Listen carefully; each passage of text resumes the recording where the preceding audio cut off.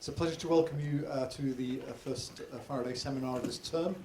In case you don't know me, my name is Merrick Shrokos. I'm the Associate Director of the Faraday Institute. It's a pleasure to welcome Dr Ard Louis, who's a reader in theoretical physics at the University of Oxford, and he leads an interdisciplinary research group studying problems on the border between chemistry, physics and biology. Prior to being at Oxford, he was here, where he taught chemistry, and was also Director of Studies in Natural Sciences at Hughes Hall.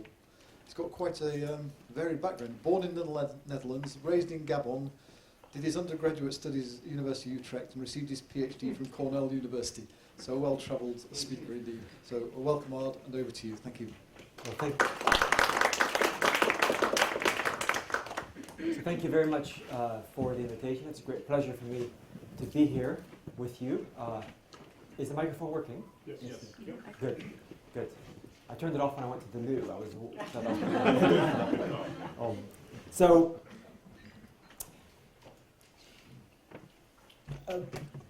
well over 1,000 years ago, Alcuin of York, a great polymath in the Carolingian court, wrote a book called Problems to Sharpen the Young. And the 13th of these problems, to sharpen the young and the old, was this: a king ordered a servant to collect an army from 30 manors in such a way that from each manor he would take the same number of men he had collected up to then. The servant went to the first manor alone. To the second one he went with one. To the next he took 3. How many were collected from the 30 manors? So this is the first problem for you to ponder on. And roughly speaking, this is you can see it's a doubling problem. So you double, and you add up all the doubles, and roughly this would, if you do this 30 times, you get on the order of 1 billion soldiers, which is a lot more than the population of the world at that time, and definitely a huge task for this poor servant. And you may think this is quite amazing mathematics from the Middle Ages, but in fact these doubling problems have a very long and venerable history. Here is a Babylonian tablet from somewhere between 1900 and 1600 BC. And on it is basically the same story. So as a barley corn, to a single barley corn one is increased. 2 barley corns in the first day, 4 barley corns in the second day, 8 barley corns in the third day, until the very end, that 30 days, you get to 2,737 talents, a half mina, 2 1/3 shekels, 4 barley corns in the 30th day. Now, sadly for this scribe, he actually made 1 or 2 small errors in this calculation. I think it's somewhat fewer shekels than it ought to be. This is the dangers of not working in base 10. But at any rate, already back then they worked out this would be a very large amount of barley, probably something like 47 tons of barley. And this is one of a number of very popular doubling problems that you'll find throughout the ancient world. In fact, the doubling problems were often either 30 or they were in the base of 64, number of 64. So here's a very, very famous doubling problem from Shamana, the Book of Kings by the great Persian poet Ferdowsi. It's the kind of the classic formative text of modern Iran, or modern Persia. Sorry, not modern Iran, modern Persia. And in that story, it speaks of a great inventor, Sasa, who came to the court and brought with him the game of chess. And he so pleased the king that the king said to him, "I will give you any reward you would like, any reward of any kind." To which the great inventor responded, "Well, I have a very simple reward. On the first box, I'll put 1 barley corn. On the second, I'll put 2. On the third, I'll put 4, and keep doubling all the way." And the story is that the king was upset because that seemed like not nearly a magnificent enough gift for this great invention, until he sent his accountants in to calculate. And it turns out that would have been something on the order of 18 quintillion grains of barley, which is about 1,000 times the current annual production of wheat. So a very large number indeed. And what you see there is something very basic, which is if you exponentiate, if you keep doubling, or you keep quadrupling, numbers very, very rapidly become incredibly large. So just from 30, where you had 1 billion, up to 64, you go to 18 quintillion. And you can imagine if you keep going up, these numbers become incredibly large. So fast forward to the modern, the great molecular revolution, which was started not too far from here around the corner when Francis Crick walked into the Eagle pub and said, I found the secret of life. And what they found was that DNA was a string, a linear string of 4 letters, A, C, T, and G. So in fact, there are 4 to the power L combinations. There's length L, because in the first position you can do 4 different possibilities. The next one 4, the next one 4. So you do 4 times 4 times 4 times 4 times 4. And it's an interesting exercise to ask yourself, well, how many possible combinations could you make of length as the length goes up? And it turns out that if you take a DNA strand of length roughly 128, and you made every possible combination of letters, A, C, T, and G, that you could possibly make, so you take all the letters and make them, it would weigh more than the mass of the visible universe. Okay, and that's a very small piece of DNA. The DNA in your body is of the length of 3 billion.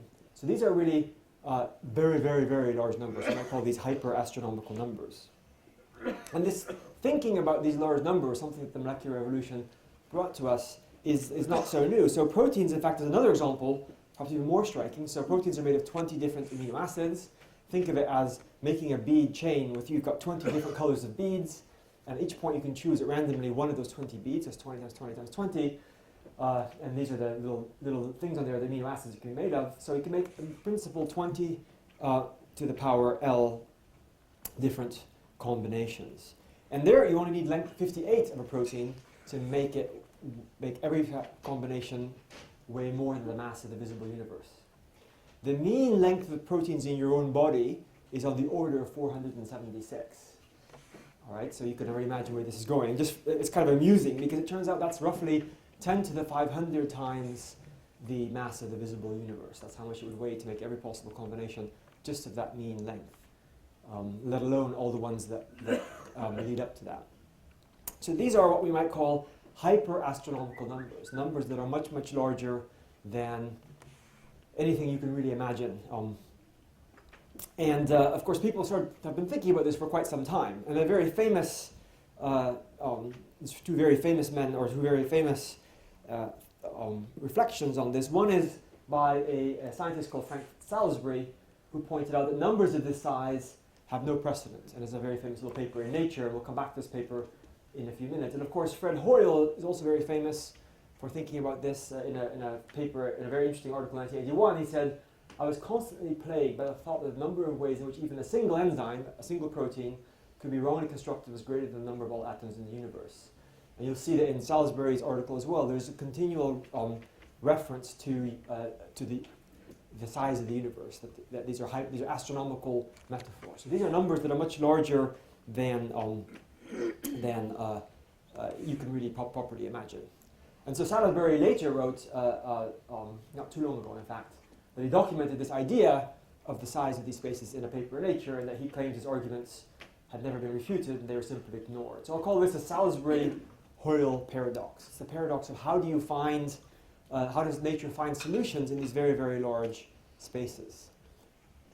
It's a very natural argument. If you look in the literature of people who are suspicious of evolution in one way or the other, you'll find this argument many, many times. And I'll just give you one example from one famous exponent of what's called intelligent design, Stephen Meyer, whom I know and I have actually debated with.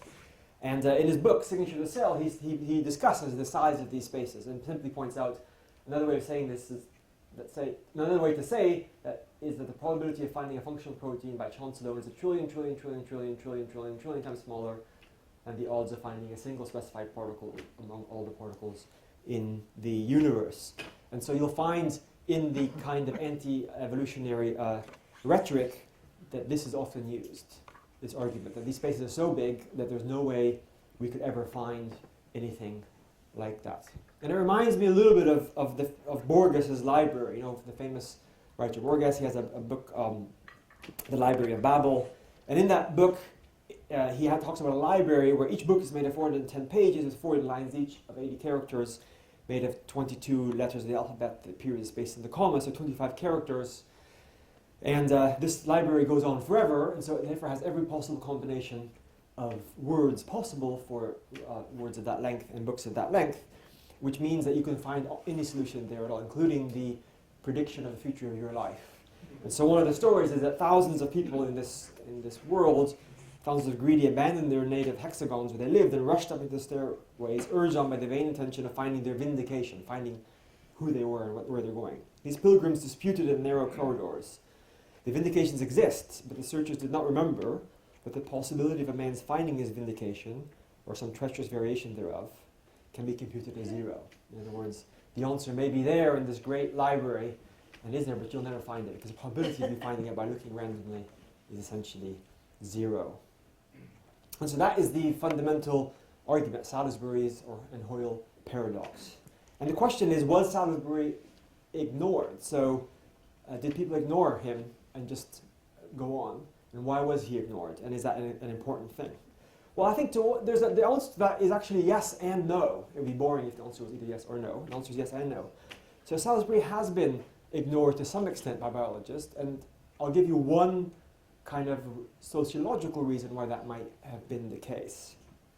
So one of my actually favorite authors is Evelyn Fox Keller, is a physicist who moved into biology and then into philosophy. And she has a wonderful book called Making Sense of Life. And in it she talks about the time when she as a physicist first started teaching biologists. And so she was explaining something that we would call dimensional analysis, basically saying if you have a velocity and you have a length, then you know that the other thing that you have in there must be a time. It's something that engineers or physicists use, and we trust that to be it's a very reliable way of understanding something about how many free parameters there might be in the problem. And to her surprise, one of the students raised his hand and said, "Excuse me, ma'am, how do you know this is true? Have you done the experiment?" And she was obviously flabbergasted, as probably all of those of you that do dimensional reduction would think, why would you ask that question? That's a nonsensical question. So she reflected on it, and she said, to them, biologists, experimental evidence, fallible as it might be, provided a far surer avenue to truth than did mathematical reasoning. Their implicit assumption seemed to be, how could one know one's assumptions were correct? Where, in a purely deductive argument, was there room for the surprises that nature might offer? In other words, what she was saying is that her biology students were suspicious of these kinds of abstract mathematical arguments, because they said, well, you may make the argument, but that means you have to make a series of assumptions, and those assumptions themselves may turn out to be wrong in some way that you didn't think about before. So that's one. I think that there's some truth to that this is something that's a larger part of the biological culture than it might be of the culture of the physical sciences. And so one reason why Salisbury wasn't taken that seriously was perhaps because people thought, well, it sounds very difficult. How could you search in very large spaces? But maybe there's some way that this works. And if you look at some of the responses to Salisbury, they were essentially of that type. So, in fact, Salisbury was commenting on a conference in 1966 where a whole series of people looked at this, including a very famous engineer, Maurice Eden, who essentially gave the same arguments. And so it's a very fascinating debate afterwards between Peter Medawar and Eden and a few other biologists about what exactly is going on. And some of the responses are just to say, well, who cares about this? Is that effectively what they're saying? And there's reasons for this, because of course, one of the things that any biologist will know is that there's a lot of evidence for evolution happening all around us. And we see, for example, things that have converged.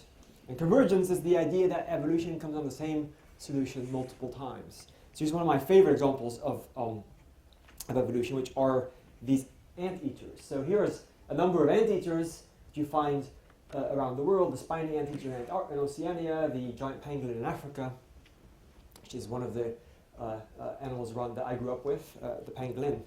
And so these are extremely specialized animals. They have this very long, skinny nose, something like look like a giant hot dog, really.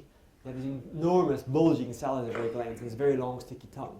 And a stomach about as rugged as a cement mixer, because eating ants is a very difficult and specialized niche. So you would normally think, well, okay, maybe evolution found this once, and they maybe diverged in what they cover themselves with. But it'd be a huge surprise that evolution, in that giant space of possibilities, could find something as odd as this more than once. Nevertheless, each of these animals has completely independently evolved into this particular niche.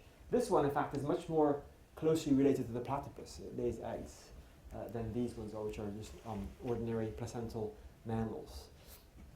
So what you see here is an example of something that biologists will be very used to, the idea that evolution runs again and again. And when you look at you can find the links between these and their previous, the animals that preceded them by looking both at fossils and by looking at genetic evidence, interior genetic evidence that shows evolutionary changes over time as the proteins changed. And those kind of arguments weave together kind of tapestry that makes the average biologist think, well, clearly it happened, so this impossibility argument, this combinatorial argument, is something's wrong. There's just going to be a surprise there of some kind. And in fact, you can go further than this kind of more vague convergence. If you want to read more about it, there's a wonderful website based in Oxford, based on Simon Cohen Moore. It's called The Map of Life. But you can look in more detail. One of the examples they discuss there is molecular convergence. So you find not only convergence at these large animals, you find it at the independent molecules. And a very famous example is the antifreeze proteins. So there are proteins that certain animals have in their blood that prevents their blood from freezing at very low temperatures. For example, the Antarctic icefish and the Arctic cod each have proteins of this nature.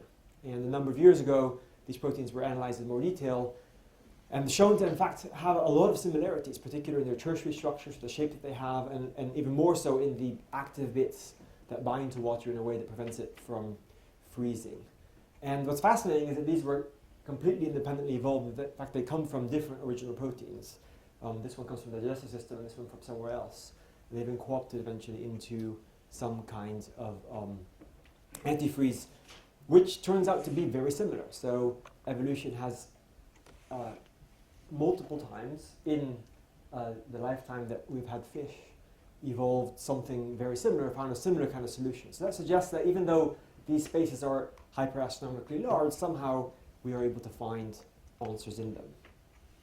And there's also in vitro experiments, some of them more recent. Here's one of my great scientific heroes, Jack Szostak, who's a Nobel Prize winner at Harvard. He's done a series of beautiful experiments where you put a whole bunch of random sequences in a test tube, and you select it for something. In this case, it was a very famous experiment he did, selecting for ATP binding with linked AT proteins, and you put them all in a little test tube. You run it a number of times, and he found that these things evolved independently. And so, says Szostak, perhaps he concludes that the functional proteins are sufficiently common in the protein sequence space, roughly 1 in 10 to 11, that they may be discovered by entirely stochastic means.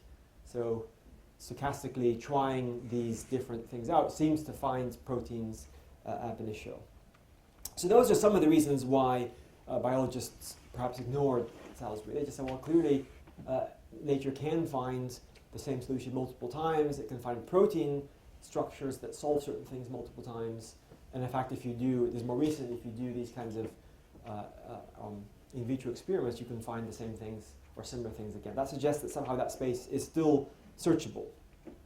And you can go a bit further and see that although Darwin didn't know anything about genetics, he didn't know of Mendel, and so he didn't know about the discrete nature of genetics and therefore the kind of exponential size of the spaces. But obviously he did think about this, and of course the basic idea is that you have variation. You've got changes, mutations that give you different things, taller and shorter. Then you have natural selection, which selects for those that are more fit, those that have more offspring, and this is the fundamental way that evolution progresses over time.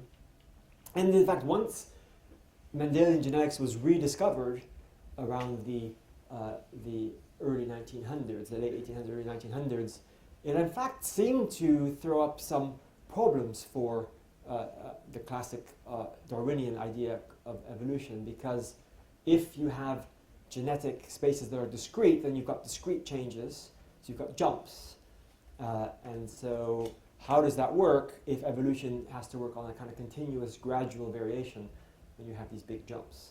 And that caused a bit of a controversy in the literature for quite a while. That controversy was solved by 3 great mathematical biologists or mathematicians, Fisher, Haldane in this country, and Wright in the United States. So although I told you, citing Evelyn Fox Keller, that there is a certain distrust of mathematically deductive arguments in biology, that is not homogeneously true, because some of the greatest fathers of the modern synthesis, those that brought together the discrete nature of genetic spaces with the continuous nature of variation, were in fact three mathematical theorists and who are incredibly influential in modern evolutionary theory.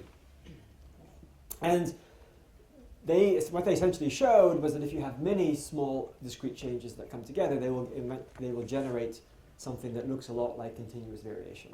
And this is how they solved the problem into what's called the modern synthesis. The modern synthesis is not that modern, it's from quite a while back, but it basically brought together genetics with Darwin's idea of variation and natural selection. And it's interesting to look, what did these characters, did they think about the size of these spaces, and what kind of questions did that raise for them? So this is long before Salisbury came along. This is a very, very famous paper in 1932 by Sewell Wright, where he actually introduced the idea of a kind of fitness landscape, a landscape where nature is searching through this landscape of possibilities and is trying to climb up fitness mountains to find the fittest possibilities. And already there in this paper you see that he speaks of this. He says the estimates of total number of genes in cells of higher organisms range from 1,000 up. With 10 allelomorphs in each of the 10 loci, the number of possible combinations is 10 to the 1,000, which is a very large number. It's been estimated the total number of electrons or protons in the whole visible universe is much less than 10 to the 100. So there you see again a reference to these kinds of hyper-astronomical numbers. And I will claim that if you look at this old literature and how they interacted with these very large numbers, which they were perfectly aware of, as you can see, it actually led them to a series of conclusions about the way life searches. The first is that the population is confined to a very small proportion of all possible combinations. In other words, nature can only explore an unimaginably small fraction of all the theoretically possible genomes. I think that's a pretty uncontroversial statement given the size of these spaces. And so that's one of the arguments. And that immediately raises questions that I think quite interesting. So let's say this black box here, the gray inside there is all possible combinations of genes that we could make. And the question would be, what fraction of that combination gives us something that's viable for life? Well, one possibility would be there's only a tiny little island in that giant space in which life is possible. And then therefore that's where we are, and so that's the only real possibility. The other possibility is maybe there's large sections of that space where life is possible. Nevertheless, we're going to be here or there or there. Either way, we're never going to explore that whole space. And the other option would be that in fact there are lots of little things dotted all over space that are viable, and it doesn't really matter where you start, you're always going to find something viable quite quickly. So this first one obviously raises the question, how on earth did we get there, how did we start in the right place in the first to start? And these two seem to give some answer to why you might find something from just random searching, but it still would be the case that we've only searched through a very small space of all possibilities. And so that raises obvious questions like, how many different kinds of life are there? Maybe there are many more different kinds of life possibilities for life than we see, and so therefore what we see around us is highly contingent.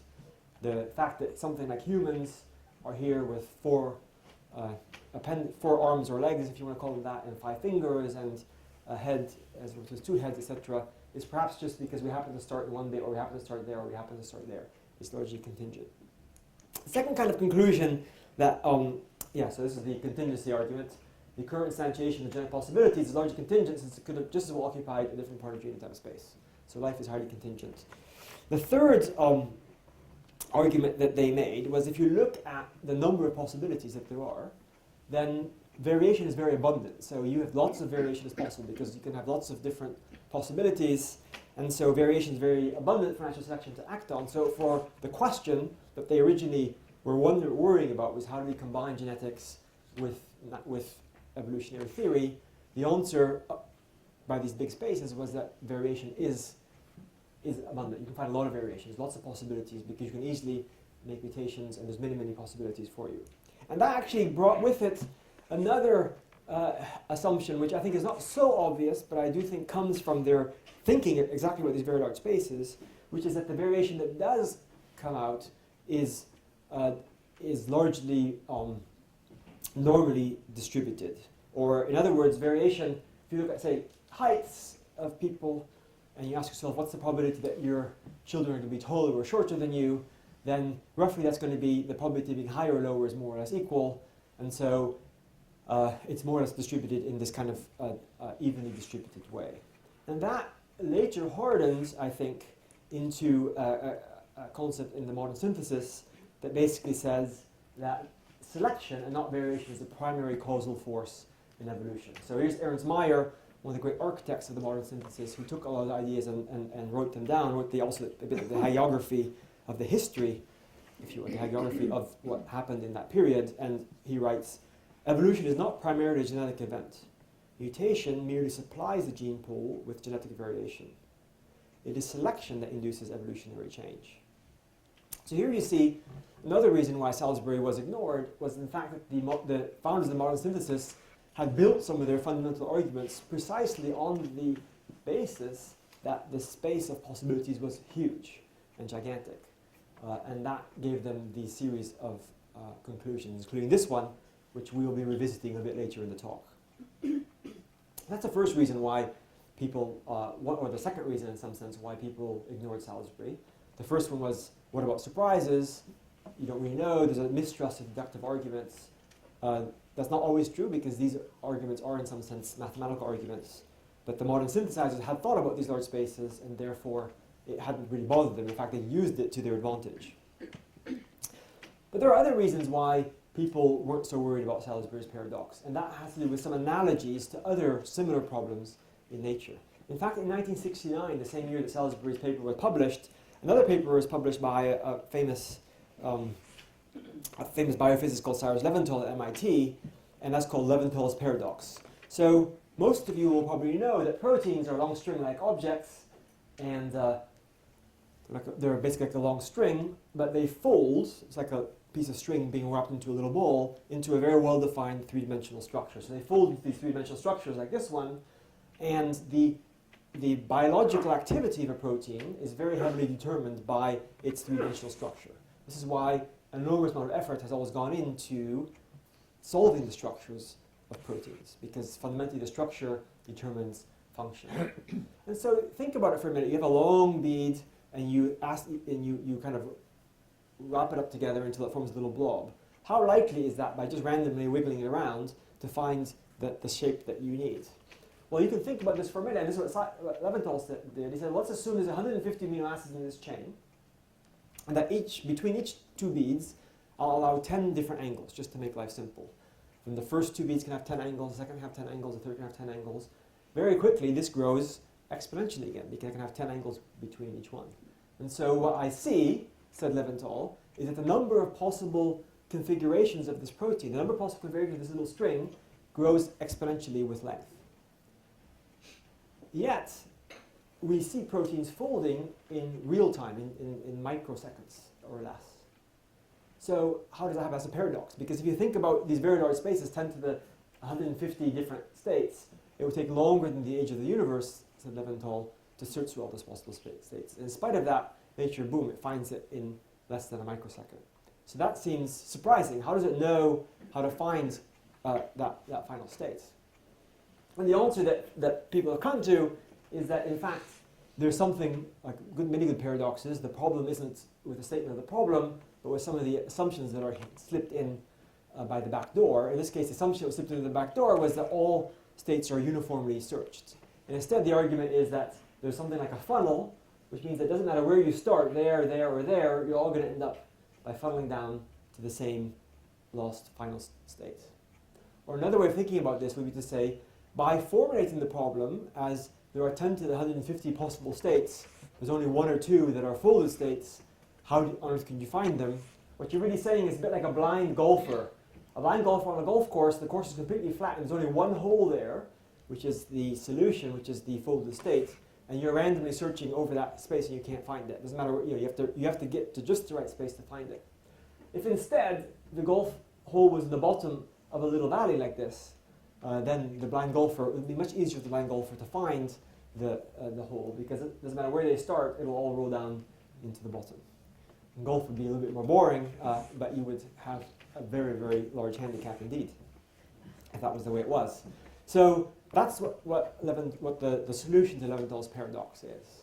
And the paradox tricks you because it tricks you into trying to think about the search as a completely flat space with a single hole. Whereas in fact the search is there's a correlation to the search which brings you to the final state.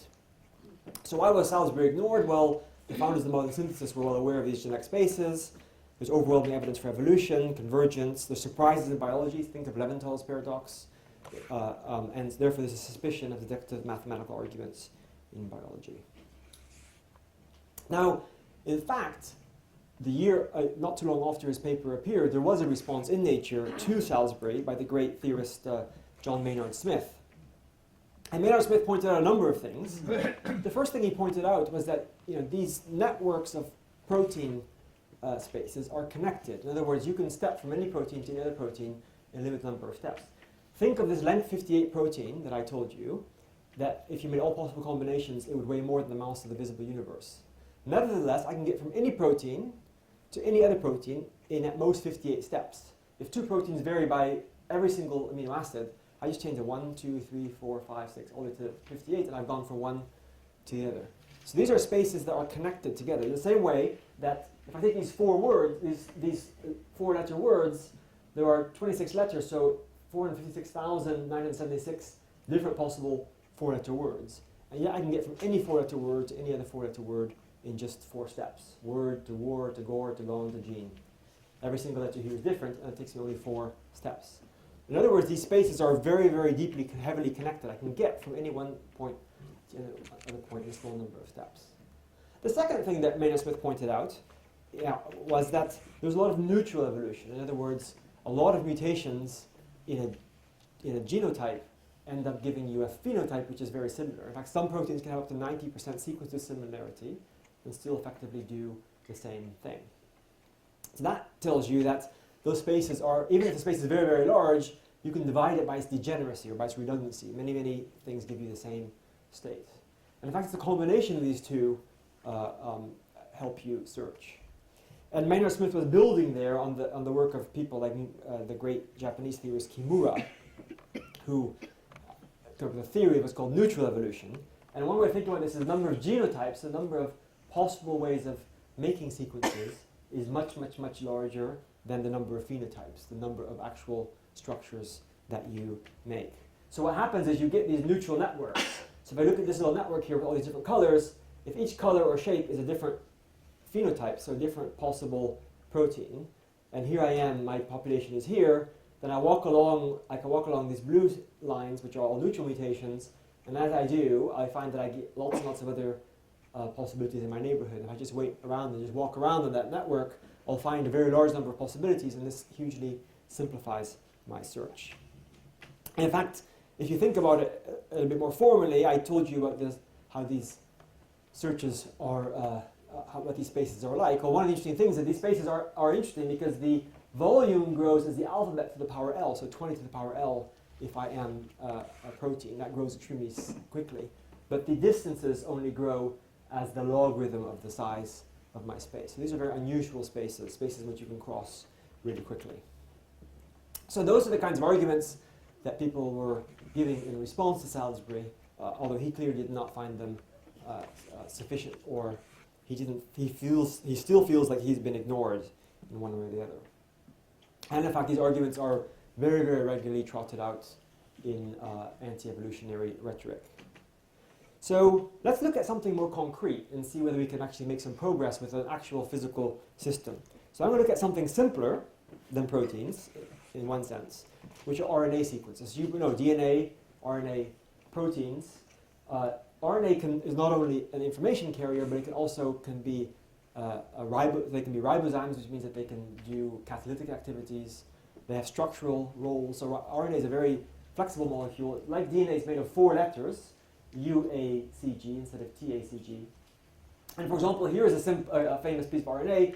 This is this sequence, GAAGU. If I write that sequence down, that's basically the sequence of the 4 letters. It's one of many possible different letters. It folds into a well-defined 3-dimensional structure that you see right here. And this one called the ribozyme. Ribozyme is a word for a protein for RNA that acts like an enzyme. it has this particular shape, and it's a self-cleaving enzyme. Now you can look at this folded structure like this, and you can look at who is bonded to whom. Okay, so that's what we call the secondary structure. So in this case, this one is bonded. Each of these are bonded to each other in the following way. This bit in the middle is not bonded, and these one here's the two ends that you see right there. And you can represent that as what we call the secondary structure. So a list of which bond is linked to which bonds. And it turns out that these secondary structures are really easy to calculate, and you can calculate them fairly accurately, very quickly on a computer, which is different from these tertiary structures, which are hard to calculate, but these are easy to calculate. So I'm going to call these my phenotypes, and these my genotypes. So I have a little map from genotypes to phenotypes, which is modeling something of the way that nature could search through these very high-dimensional spaces.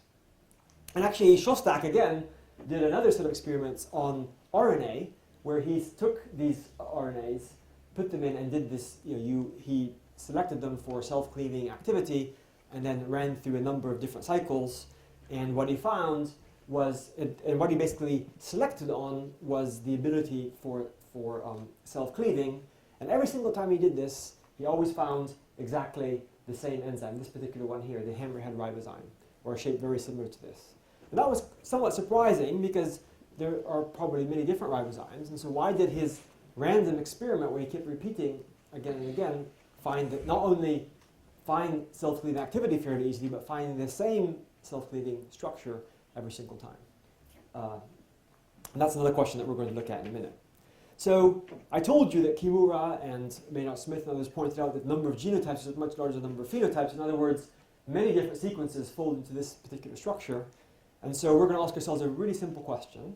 If there are many more genotypes than phenotypes, right, so there's this degeneracy in the space, how are these distributed? How are these genotypes distributed over the phenotypes?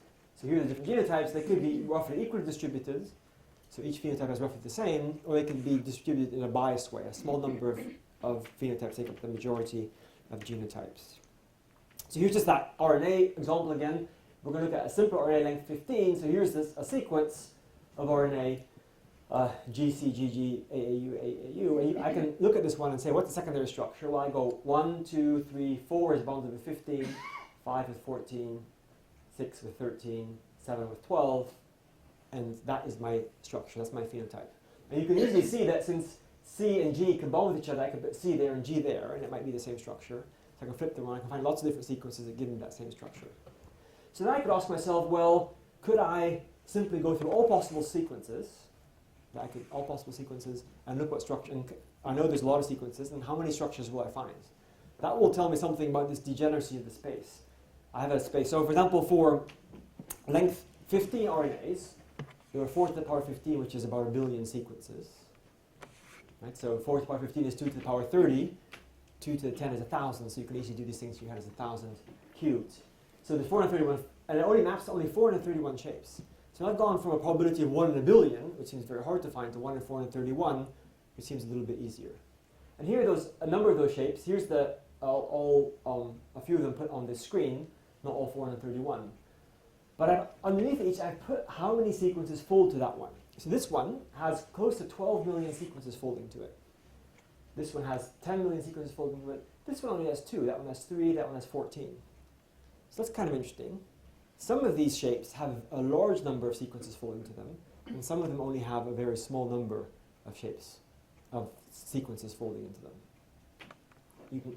And so here I can put I'll call this a neutral network size, the number of things that map onto this, a neutral set, as a function of structure, and this is from 1 to 431, and this climbs down. This is a logarithmic plot, so there's a few here at 10 to the 7, and then down here you're basically at 10 to the 0.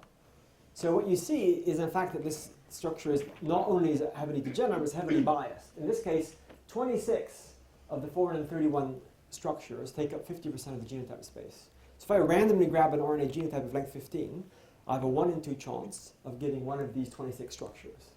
And so my search probability for a certain subset of structures has gone way up. My ability to find some other structure is going to go way down. So what happens to longer RNA? Length 15 is very, very short. So we've recently done length 20, which is the largest length anyone's done up to now. It took about a year of computer time. And here you see that number of the size of the neutral network as a function of the rank. In case there's 11,218 structures, and again they're heavily biased, exponentially biased towards a very small subset. I can also take these and say, instead of looking at the size of these structures versus the rank, I can simply say how many structures have roughly this many neutral things mapping onto them. So here I have that here. So this is the same purple line. There's a purple line here. So here I've got S here is really this, the exponent of this curve. So S is 6 is 10 to the 6. S is 10 is 10 to the 10. And what I see here is I get a kind of, it turns out, a nice looking distribution where most of the structures have on the order of 10 to the 5 structures, sequences mapping onto them. And then a small number here have a very large number of sequences mapping onto them. Now, of course, nature does not search in the space of structures. Nature searches in the space of sequences by making random mutations. In other words, what that means is if a very large number of sequences map onto a particular structure, then if I randomly grab a sequence, I'm much more likely to get one of those frequent structures than I am to find one of the structures that doesn't have very many things mapping onto it. Does that make sense? Very simple argument. So if instead of searching through the space of structures, I search through the space of sequences, what I find is this green curve here, okay? Oh, sorry, this red curve here, pardon. That's what I get from just randomly searching through all possible sequences in this system. So that basically hugely multiplies the tails of my distribution.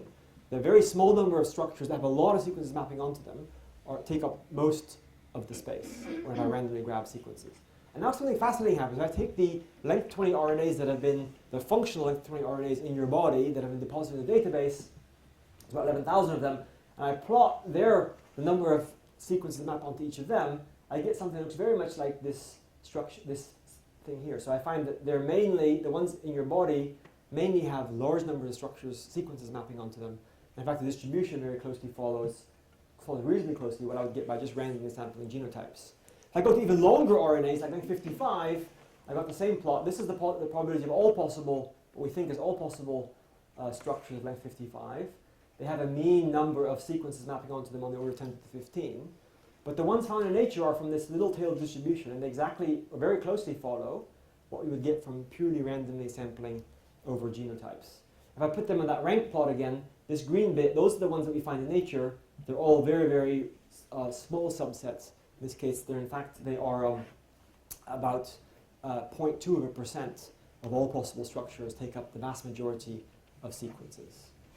In other words, what's interesting is that although that space is very, very large and the number of structures is very, very large, if I randomly sample genotypes, I'm very likely to find only a very small subset of phenotypes. In fact, that hammerhead ribozyme is one of these guys. Okay? And it turns out to be right there in the middle. It's actually one of the ones that turns out to be easy to find. And interestingly, if you then look at these ones that are easy to find, what are they like? Well, they have certain topology that's different from the topology that you would get for all possible structures. So if you look at all possible structures length 55, then we can count the number of these, what we call these stacks. So a stack is a row of ones where they're all bonded in a row like that. That's a stack, that's a stack, that's a stack. This one has 3 stacks. Okay? We estimate that the mean number of stacks of all length 55 RNAs is on the order of 12. Okay? But if you randomly sample genotypes, so if you pick this small subset here of the distribution, then what you find, they have a distribution that looks like this, which is very similar to the distribution found in nature, and they have a most probable number of stacks is about 3, which is exactly what the hammerhead ribozyme has. In other words, what we're claiming here is that this space, which is really already hyper-astronomically large, is hugely biased towards a very small subset of possibilities. And that small set of possibilities turns out to have, for example, less stacks than the entire space does. In other words, if you're a kind of evolutionary theorist, we often speak of morphospace. Morphospace is the space of all possible shapes or outcomes. And we have the genotype space. And what I'm claiming is that if you search in morphospace, it's very, very different from searching in the genotype space, which is what evolution does. And that actually heavily biases you towards a very small subset of all possibilities. In fact, what's interesting, and I've just shown this, just came out a few weeks ago in PLOS One with my students, did a much more technical calculation of what happens to an evolutionary trajectory that takes this bias into account. And this is an example of, this is RNA, this blue is an RNA that you're you are, at some point something happens, and so one of these two alternatives are both more fit than RNA. In this case, the gray one has a large number of sequences mapping onto it, and the red one has a very small number of sequences mapping onto it. And what we show is even if the red one is much more fit than the gray one, it's the gray one that's going to be fixed in evolutionary time. In other words, not the fittest one that survives, but the one that's easiest to find. And we can show this quantitatively.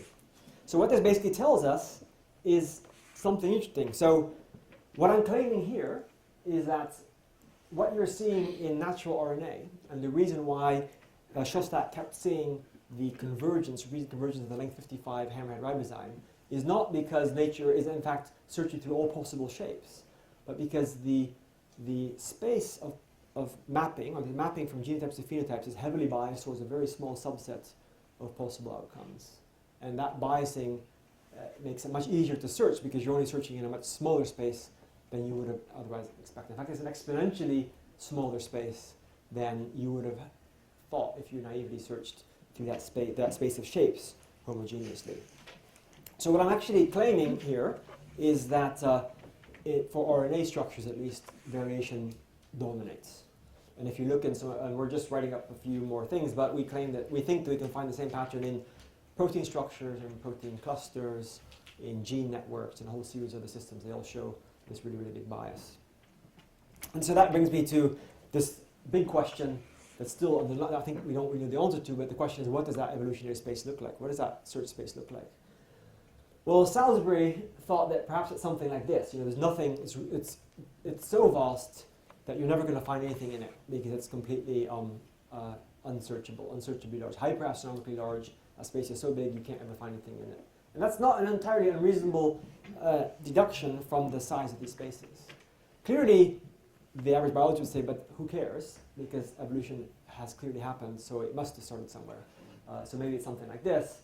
And I'm claiming, although I think the evidence for that is still a bit weak, perhaps, in fact, the space is something more like this. Even though the genotype space is very, very large, the subset of phenotypes that are interesting take up a much larger fraction of that genotype space than you would naively expect. And so probably from many different places where you start, you can easily find a viable solution. And that's the end of my talk. I thought rather than giving a summary of my talk, I would just show you just a list of characters that I've gone through because lots of them are big characters. I told you of King of York, of Sasa, who was the inventor of chess, the unknown Babylonian scribe who made a few mistakes because he wasn't using base 10, Salisbury, Hoyle, and Meyer, who are doubters of evolution because of the size of the space. Borges's library. I told you about Darwin, who didn't probably know about the size of these spaces, and then Fisher, Haldane, and Wright, who used mathematics to show how genetics and evolution could perhaps be brought together. And finally, we looked at Meyer and Kimura and Maynard Smith, some of the more modern thinkers, particularly Maynard Smith with his idea of that these spaces are connected up, and so you could search for them better. We looked at Leventhal and his paradox, which he obviously didn't think it was a paradox. He knew it was solved, and it was solved by a biased search through the space of possibilities in real time.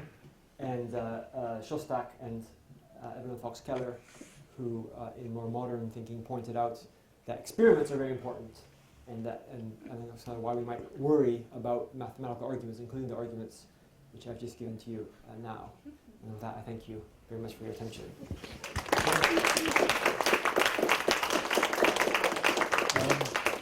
Time for questions. Colin, I think, got the microphone. A gentleman right in front of you. Hi. Do you see any evidence at all for selection, or are you effectively finding that our genetic diversity now is entirely explained by the initial set of base pairs? Yeah, so so the question is, did I find any evidence for selection? So yes, there's lots of evidence for selection. I'm not saying that selection doesn't work. I'm saying something slightly different. I'm saying that for these RNA secondary structures, the set of possibilities is very, very large. So large that in fact only a small subset of variation is presented to natural selection. So the hammerhead ribozyme, for example, is a self-cleaving ribozyme. It has been selected by nature to do exactly that process. And if you look more carefully at it, you'll see that there are parts of the hemorrhoid ribozyme which are highly conserved. And they're highly conserved because they're the active part of the ribozyme. But there's large parts of the hemorrhoid ribozyme which are not conserved. And my claim is that if you want to look at its structure, it's because that large space which is not conserved is easy to find, and that's where that structure comes from. So I'm not saying anything as radical as saying the natural selection is not working. I'm just saying it needs to be modulated by a biasing effect of variation. And if you're an Evo-Devo theorist, then you'd say, oh, of course, we've been saying that all along.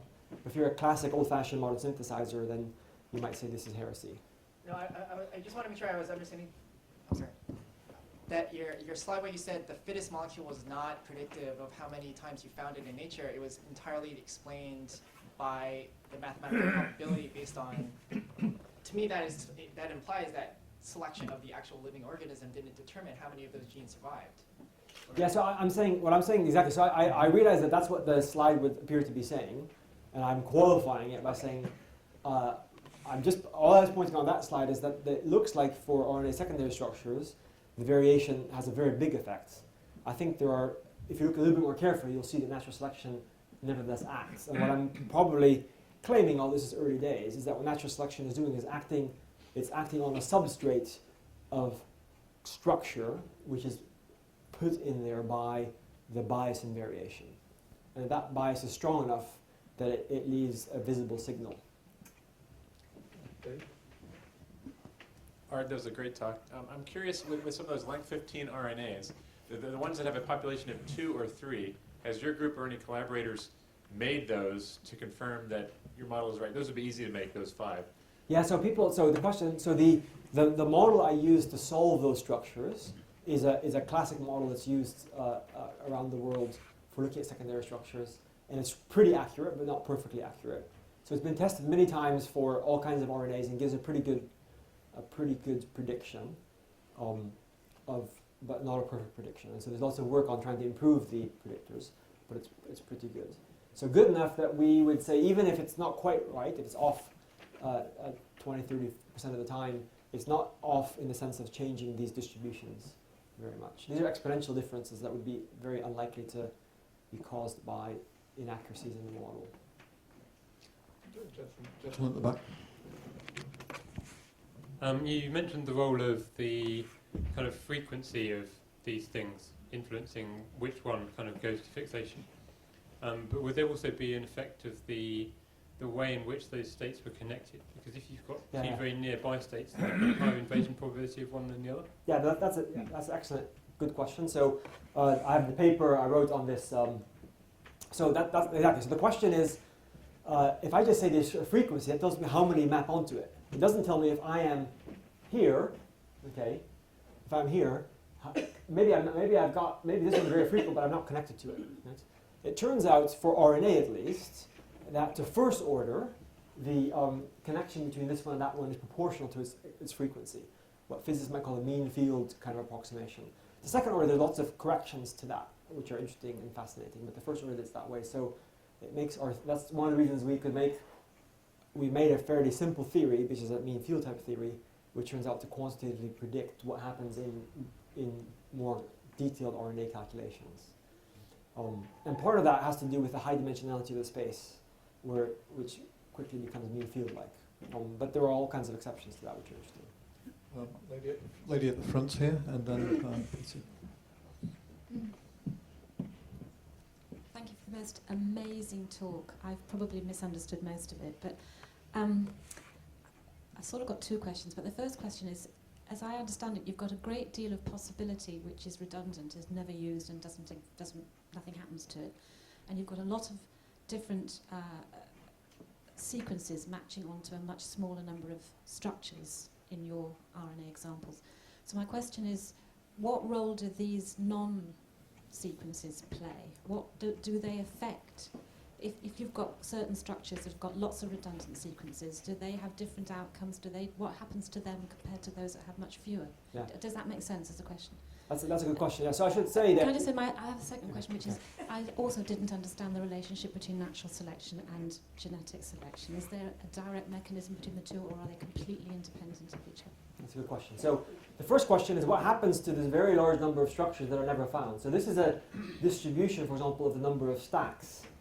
And the vast majority of structures are in this range. There's a small tail at the bottom of a very small number of stacks, but that's exactly the ones that are found in nature.